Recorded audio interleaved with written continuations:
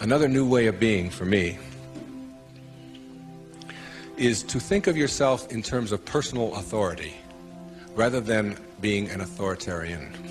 Personal authority. A person who has authority never needs to dominate anyone else, ever. Dominating doesn't become necessary.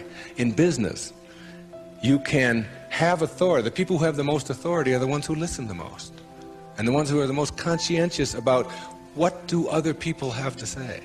A person in a relationship who has to dominate somebody else and has to make the other person submissive shows that they don't have authority, because they're getting their power not from within for themselves, but on the basis of who they can control. And that never lasts. That never lasts. The only thing that lasts is having inner power, if you will. Know thyself. That's what Shakespeare said. Know thyself. The more you know yourself, the more you become honest with yourself, honesty becomes just a way of life. No, I don't think the world necessarily does, but you can't run your world. You can't run your world based upon what the rest of the people in the world want or don't want. To me, honesty is like, it's a karma that goes out into the world. How people treat you in the world is their karma. How you react is yours.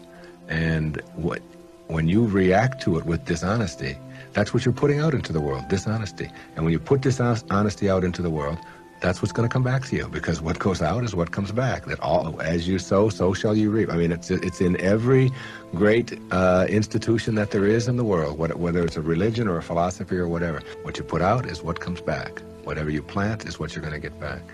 And the more that you put out honesty, just because it's what you are, because you are being honesty, you're not trying to be honest, you're just being honesty, then that's what will come back to you on a regular basis. And when it doesn't, you'll just see that as another test for you to pass. For me, it has become a way of life. It's called serenity instead of acquisitions. The more you try to acquire, the more you try to get, the more you try to collect in your life and evaluate yourself on the basis of that, the less serenity you're going to have. More is less. It's almost a secret of the universe. Serenity means inner peace. It means that you can find joy in every moment that you have in your life instead of always looking for it. It means that while you are driving along the countryside, you know, and seeing, instead of saying, oh, I'm on my way to this point, that you can open your eyes and see it with new eyes. See the rolling mountains, see the grass, see the deer, see the sky. You can just stop wherever you are in this second, wherever you are, and just look around you, and you can begin to appreciate just your surroundings and your environment. Then you can begin to appreciate the people that are in your life, and even the ones that are negative and you're having the most difficulty with. You can practice a new way of being with them, which is sending them love, sending them flowers, send them books, send them a tape, send them something, and just see what kind of reaction that you get. Super emotional health is just an attitude. An attitude is everything. And it's being personally an authority on yourself rather than authoritarian and trying to be dominating someone else or to be dominated. And serenity, which is the name of my little girl, my youngest daughter, Serena, rather than acquisitions and accumulations and trying to prove yourself that way. And when you get that serenity, which comes from the way that you think always, then you will replace all of the other junk that keeps you back here between 6 and 1 on that clock. And once you pass it, once you get past it, you'll never, ever be able to go back. Because the light, living in the light, is a way of being that if you're not there, you don't get it yet, but once you see it, and once it begins to take over your life, you can never go back. That is your purpose. Your purpose isn't to try to be loving. Your purpose is to be love, and only have that to give away. Your purpose isn't to try to be loving. Your purpose is to be love, and only have that to give away. Well, but there's one other ingredient, and it's really crucial. Forgiveness is the vital ingredient on the path of enlightenment. And if you don't know how to do it, then practice sending out love. Take the person or the people that you're having conflict with, any place in your life, send them something. You don't have to even do it physically. Just send them something that comes from inside. And what's inside is how you choose to think. And if you can make that love and do that, and that is to me the test. Not whether you can love someone when they smell good, when they do everything that you're supposed to, but whether you can love someone who has sent you hate or anguish in your life and send it back. You don't have to forget. You don't have to go back. But you got to get it out of you because it is blocking you and holding you back. Living the Tao Te Ching, this 2,600-year-old, some people call it the greatest, the wisest book ever written. It speaks so much about relationships. Tao, the word Tao, means the great way. It's really just another synonym for God, or source, or spirit, or that which is the all-creating. And one of the things that it says that was really helpful to me, probably the most helpful thing in it, was that whenever you have a conflict of any kind in any relationship, whenever you have a conflict, that the person who is willing to be of Tao, of God, of Source, is the one who will practice forgiveness, or will go to the person that they have a conflict with and bring love to it, instead of the freeze out, instead of the anger, instead of the hatred, instead of the revenge, instead of so many of the things that we do when we have conflicts in our lives. We just don't talk to that person. Like, I'm not talking to that. I'm not talking to him. He's going to call me because I called the last time. And but the person who lives the Tao life, the life of a higher consciousness, is the person who says, I end all conflicts on love, which is where we all come from. We come from a source that is love. So for me, that has been just so useful. I have 8 children, and that's been just extraordinarily helpful for me to be in a relationship where I can always be of love, where I can just, and so then you don't even, conflicts become something that are no longer present, because conflict requires two-ness. In order to have a conflict, you have to have two different opinions or whatever.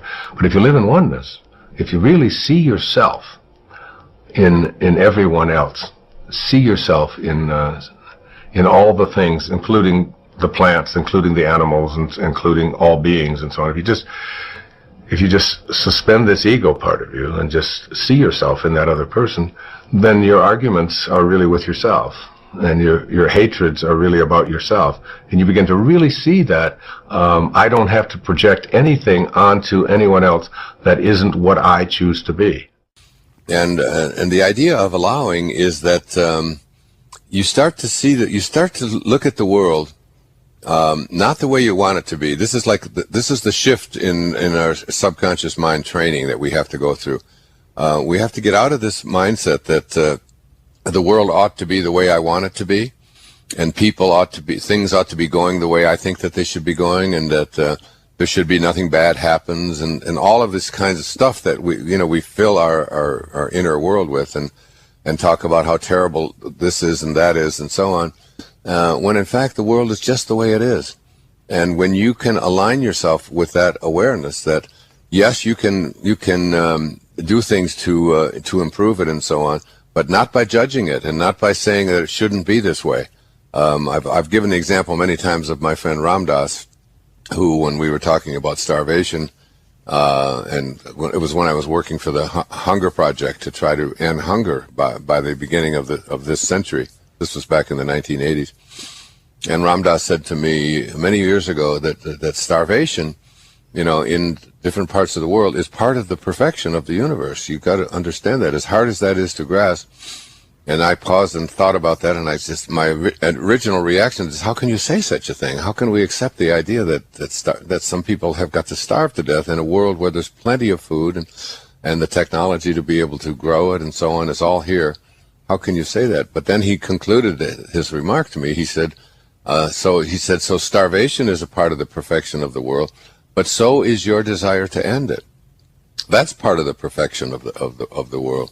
And so it's like and so where you put your attention is not on what you don't want, because if you put your attention, if what you think about is what expands, and if you put your attention on the things that you don't like and that you don't want, then you just multiply the amount of negativity and the amount of what you don't want. You become a part of the very thing that you are trying to eradicate. You want to experience prosperity at a miraculous level, you must leave behind your old ways of thinking and develop a new way of imagining what is possible for you to experience in your life. Take an inner inventory and see if the following statements are a part of your consciousness. There's just not enough to go around. You have to get yours or someone else will grab it before you. There are only so many fish in the sea. You never know if opportunity will knock. If these and similar thoughts are part of your personal inventory, then probably you were taught that you are living in a world of shortages. The concept of lack has been embedded into your belief system. In order to develop an inner vision of prosperity, you will have to shed this old vision of scarcity. The following 5 essentials of a prosperity consciousness can help you to make this shift. 1. You don't need anything else to experience prosperity. Prosperity is first and foremost a mind game. You must know that you have all that you need right now. You are lacking nothing to gain prosperity for yourself. You are led to believe that the material things are reality and are providing you with what you need, while in fact they are only more matter which is made up of more invisible space. What you need, you already have, and when you know it, go within and create it in your mind. The divine sustenance you seek in the form of material things or money will be manifested in whatever amounts needed. You must develop this new inner sense and trust in the magic of believing. Trust in the power of your mind, in the knowing I have been talking about, in that divine guidance that is readily available to you. 2. You cannot create prosperity if you believe in lacks. When you have mastered the ability to become a spiritual being as outlined in the first part of this tape, you will understand that you lack absolutely nothing. All that you need for your life is already here. When you say to yourself, I don't have enough education, talent, or strength to experience prosperity, you are operating in your mental world from a position of lack. What you have become accustomed to is called deficiency motivation. That is, you assess all of the things that are missing or deficient in your life, and then you set up a plan to repair all of those deficiencies. Thus, you set your goals and go to work at becoming prosperous. But this is a gigantic trap. You will always be suffering from a disease I call more. When you get the money you thought you needed to be prosperous, your mindset hasn't been satisfied. Your mindset is on more, on striving, not arriving. There's another kind of mindset called growth motivation, and this is the trademark of the individual who experiences real magic in the area of prosperity. With growth motivation, you simply change around the inner thinking and decide to do your living within a framework of completeness. You begin to be motivated in your life by your own bliss, by your dreams, to live the life which you imagine to be your calling, your divinely specialized mission for being here, and prosperity becomes your very watchword. Abundance begins to reign into your life. 3. You are not separated into categories. To truly know prosperity, you must learn to stop dividing yourself up and separating yourself from your prosperity. You must learn to go beyond your hypnotized state which has convinced you that there is first you, the thinker, then you, the doer, and finally the concept of what it is that you are thinking and doing. All of this is actually one and the same. All of what you have previously divided up as prosperity thinking, prosperous behavior, and something called prosperity that is located out there must be thought of as one. When you understand this, you will stop looking for prosperity as if it were something that you can wrench from its hiding place. What you need for a prosperous life you already are. It is all you. There are no boundaries. Now take this awareness and implant it in your consciousness. You are not going to find prosperity. It will flow into your life only when you grasp this notion of your singularity. 4. You cannot experience prosperity if you believe that you don't deserve it. If you believe that you are undeserving of prosperity, that is the thought upon which you will conduct your life. Surrender the idea that you are inferior. You are neither superior nor inferior. You simply are, and what you are deserves prosperity. Once again, you have to undo the hypnotized state that led you to this kind of an attitude. It began in your schooling, and it continues today. It is a vulgar, obscene system that creates large numbers of people who know no other way to assess their own value other than in comparison to others, and in so doing, it creates many who simply begin to think that they are not deserving of prosperity in any sense of the word. When you stop buying into that model, you can see that you are just as deserving of prosperity as anyone else on this planet. 5. Rejoice in the prosperity of others. When you feel contemptuous toward the accomplishments or lifestyles of others, or even a twinge of jealousy, you are harboring negativity where love must reside. When you have only love within you, that is all you will have to give away. You cannot be fulfilled and envious at the same time. Foster an inner belief that anyone who has achieved prosperity is entitled to it, and that their success is not a reason for you to feel inadequate or wanting. Have a quiet acceptance of what is, send it love, and then get on with the business of creating a full, prosperous, loving life for yourself. The manner of how and when it is desired shows up is something that you must not try to control. Manifesting is not about making demands of God in the universe. Manifesting is a cooperative venture in which your intention is aligned with divine intelligence. That intelligence is in all things and in you simultaneously. Demanding that God send your desire according to your timetable and design reinforces the incorrect idea of God as a separate energy. There's a power of infinite patience. This provocative line is from A Course in Miracles. Those who are certain of the outcome can afford to wait, and without anxiety. The notions of certainty and patience go together. When you trust and know that you are connected to that universal all-providing intelligence, then you simply place no time constraints on your manifestation. Your knowing and your infinite patience put you at ease. Your inner sense is that what you want to manifest is already here, and your inner attention is on the feeling of well-being that you are already blessed with what you seek. The inner bliss is a function of the power of your infinite patience. When you are certain about the outcome and unconcerned with the how and when, you have cultivated the power of infinite patience, and simultaneously you have detached yourself from the outcome. When this detachment takes place, you are able to go about your daily business of raising your children, doing your work or training, meditating and communing with God, and just patiently observing. Infinite patience is a sign of trust, and it calls upon infinite love to produce results in your life. When you let go of impatience, you are aligned with the God force, and the anxiety that tells you what is lacking and missing in your life is gone. You will know that God has been patient with you no matter how long it took you to come around, regardless of how far you may have wandered, and no matter how much you may have refused to listen. Infinite patience produces almost immediate results in your life. You become free when you relax your insistence to have it now. As an infinitely patient person, you know that you are already where you want to be, and there are no accidents, and that all that appears to be missing is nothing more than an illusion perpetrated by your ego. With this awareness, impatience leaves, and you stop looking for results of your manifesting meditation. Your patience allows you to remain in silent appreciation of all that is manifested in your life. This practice of patient detachment from outcome is a foreign concept to us. We have been taught that goals, success symbols, and the accumulation of merit badges are the ways to feel important. What follows is a guide for living with the seeming paradox of attempting to manifest something into your life and at the same time not being attached to when and how it shows up. So here's a step-by-step plan for putting patient detachment into your manifesting practice. First, understand the essence of what you desire. What you desire is not necessarily in the realm of things. If you want to manifest money, for example, notice if your attention is centered on the dollars or on the experience and feeling of financial security. The experience is the essence of your desire. By putting your attention on inner feelings, you shift from being gratified by externals. The essence of your desire is a feeling of well-being and joy and an alignment with the universal spirit. You may feel that you truly want to manifest more income and a promotion. Detach yourself from the in-the-world promotion and increase in pay. Put your manifesting energy on the essence. You're wanting to feel more secure and less stress. You will probably begin to see things arriving in your life that reduce your anxiety.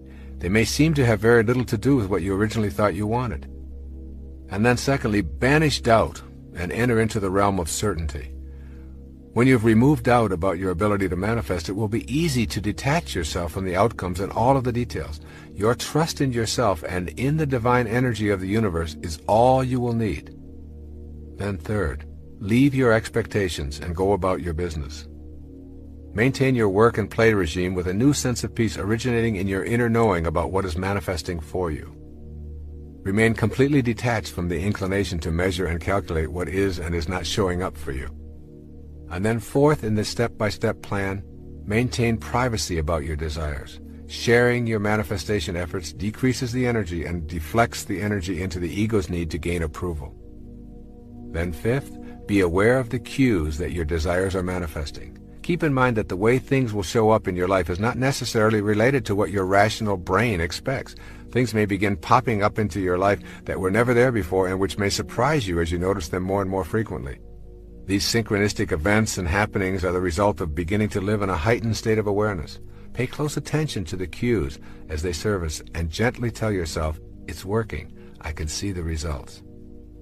And then sixth, act immediately on the cues that arrive by acknowledging them.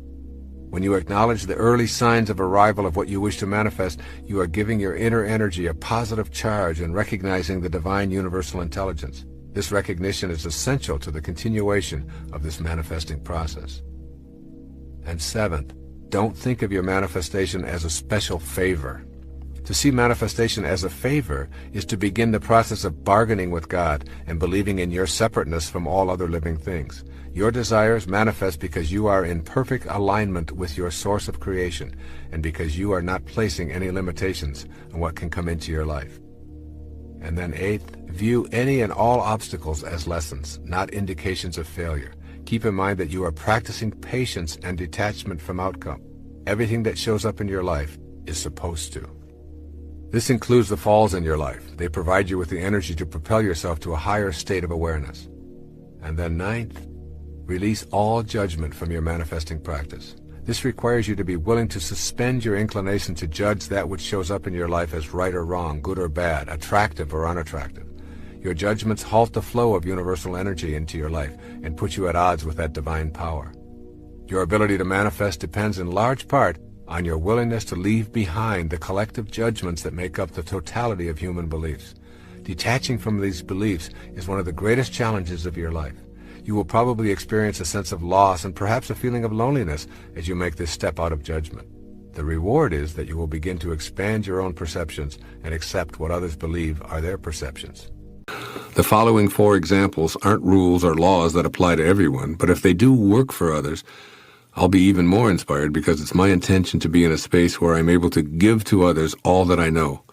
I also offer these ideas with a constant reminder that when one listens to Spirit, all things are possible. And even though I'm offering them in a numbered sequence, they certainly don't conform to any linear arrangement. 1. Alignment of feelings. When I feel good, or God, I'm aligned with Spirit.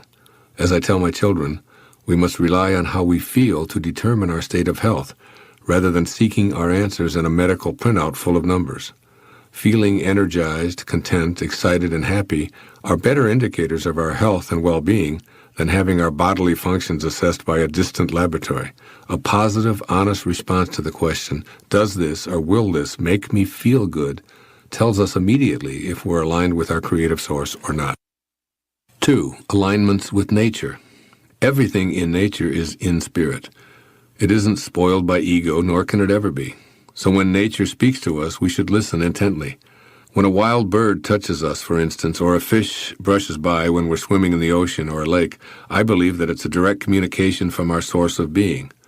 Since these creations of God instinctively keep their distance, when they depart from their DNA patterns to actually contact us physically, I think we should pay attention. So be aware of episodes in nature that arouse spirit and kindle an inner spark of awe and admiration for you. You don't have to discuss it with another being. If it has meaning for you, it's valid. Listen to the winds, the critters, the clouds, the rains, and the oceans. Listen to it all. Indeed, nature has much to teach us, and it will help show the way. All we need to do is align with its perfection and note how it aligns with ours. 3. Alignment with events. Strange occurrences and seemingly inexplicable events may actually be our all-creating source lining up coincidences, in quotes, to teach us and show us the way.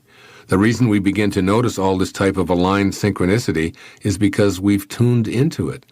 The teachers have always been there, but now we notice them. And our noticing indicates a new level of readiness to listen to our ultimate calling. In fact, these alignments can take some really interesting forms. The same numbers showing up, for example. We awake precisely at 4:44 morning after morning and then see those numbers appear on the odometer, on the radio, as a checkbook balance, at the deli counter, and as an assigned number for a charity walk, causes us to ask, what's going on here? The answer is that the universe is using us to be receptive and pay attention. It's not about playing all fours in a casino or the lottery. It's about knowing that these seemingly accidental repetitions are actually invitations from Spirit to join it. When a book literally falls into our lap or is sent to us by several different people, or even when we keep seeing the title and having it referred to us by others over and over, we need to notice, stop our resistance, and surrender. When we end up reading the contents and applying what it offers, we're aligning ourselves and becoming a vibrational match to the same source that's sending us these signals. And 4, alignment with people. When people line up with our thoughts and mysteriously connect their physical presence with our private inner meanderings, we should take note. We must tell ourselves, Spirit is aligning my thoughts with events that are happening. I'll stay alert to what I'm being offered here because there may be a reason. That's all. Just be cognizant of what might be happening, and by being open to what may be baffling and perhaps indecipherable, we're likely to discover that we're being guided to learn. A few weeks ago, I was reading through a book I'd written 16 years ago. In it, I mentioned a friend, Earlene Rintz, whom I'd attended school with from 4th grade through high school. I put the book down and went jogging, yet Earlene was still on my mind. I thought, I'm going to call her the next time I'm in Detroit. After all, we're both having our 65th birthdays this year. That very evening, I was scheduled to receive the Martin Luther King Mahatma Gandhi Peace Award from the Unity Church of Maui, which would be attended by approximately 1,000 people. As I completed my speech and walked to the lobby to sign autographs, I saw the little girl who sat next to me in grade school and who was my first love and who occupied my thoughts throughout my school years. Believe it or not, as I was thinking of her more than a half-century later, Earlene was thousands of miles from home and hugging me in the lobby of a theater in Lahaina, Maui. It turns out that she was visiting Maui, had seen the award announcement in the newspaper, and had come to the auditorium to surprise me. It was one of those synchronistic alignments of spirit at work. Somehow, at an unconscious level, I was already reconnecting to Earlene without being aware that she was even in the area. Noticing the same folks showing up in different settings, running into people we haven't seen in a while after we've just heard their names mentioned, and repeatedly seeing an individual's name in magazines, on television, or in a local bookstore, are all synchronistic alignments. Spirit is lining up these sequential happenings for a reason. We just need to be open to learning the reason, and it most likely will be revealed. Perhaps it will be a dream or a sudden instant of eureka, or maybe it will become clearer when simply allowed. No matter how the message comes, we'll look back on it with a renewed insight and the benefit of no longer being closed-minded about such possibilities. What I know for certain within my very core is that there's no separation between us and all that we encounter in the universe.